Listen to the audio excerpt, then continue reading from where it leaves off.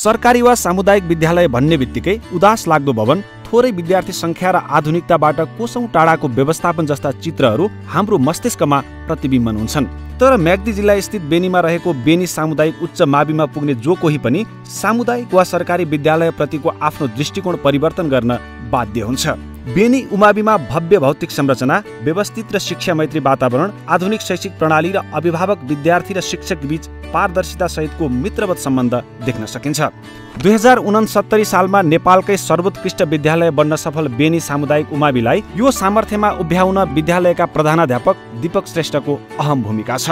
त्यो विद्यालयको लागि म निरन्तर खटिरहनेछु। हिजो पनि खटिरहेको थिएँ, आज पनि खटिनेछु, भोलि पनि खटिरहनेछु र त्यो विद्यालयको एउटा छविलाई उच्च राख्नको लागि म लगायत मेरो टिमहरू निरन्तर अगाडि बढ्नेछन् भन्ने मैले विश्वास लिएको छु। हो, दीपक श्रेष्ठको अहोरात्रको खटाई, लगन र प्रशासनले बेनी सामुदायिक उमाविले हरेक वर्ष प्रवेशिका परीक्षामा 98% भन्दा माथि नतिजा हासिल गरिरहेको छ। हरेक दिन बिहानबाट बेलुकासम्म विद्यालयमा भेटिने दीपक आवश्यकता पर्दा बिदाको दिनमा समेत विद्यालयको काममा जुट्छन्।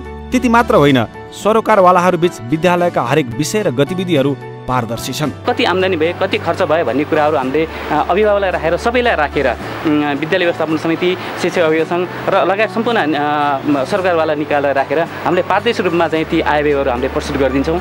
म आउने क्रममा पनि यो स्कुलमा भौतिक पक्ष एकदम कमजोर थियो। पुरै ग्राउन्डमा रुखहरू थियो, पहरा मात्र थियो, स्कुल पनि यो मात्र भवन छाप्रोमा थियो। 5-7 वर्षमै यत्रो ठुलो फड्को मार्यो भन्नको मतलब दीपक सरको यो quality maintain, education quality maintain मात्र नभएर फिजिकलिटीमा पनि धेरै परिवर्तन भएको छ।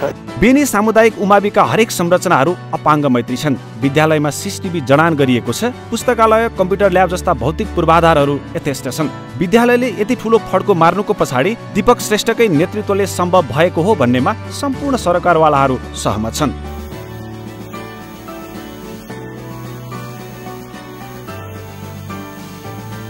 एउटा प्रधानाध्यापकले चाहँदा मात्रै पनि विद्यालयको क्षमता कहाँ पुग्दो रहेछ भन्ने तथ्य बेनी उमाविले सिद्ध गरेको छ।